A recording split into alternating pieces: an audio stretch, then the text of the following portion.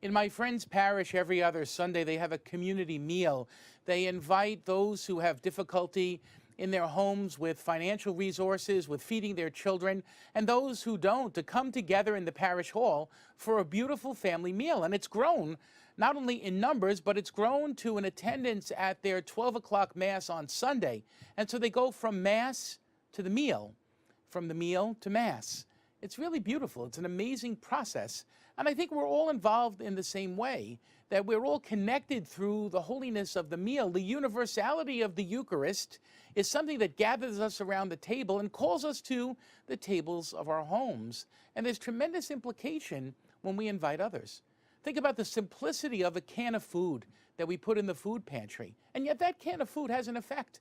The smallest to the greatest all matter. Everything matters. It's part of the process that's illustrated in the advice of our first reading today. Complete my joy by being of the same mind, with the same love, united in heart, thinking one thing.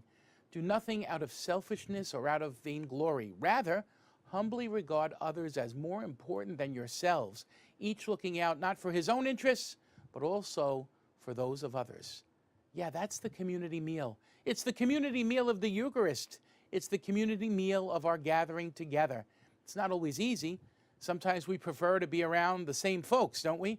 But we ride the train and commute to work and go to school with believers and non-believers, with Democrats and Republicans, with saints and sinners, and everything in between.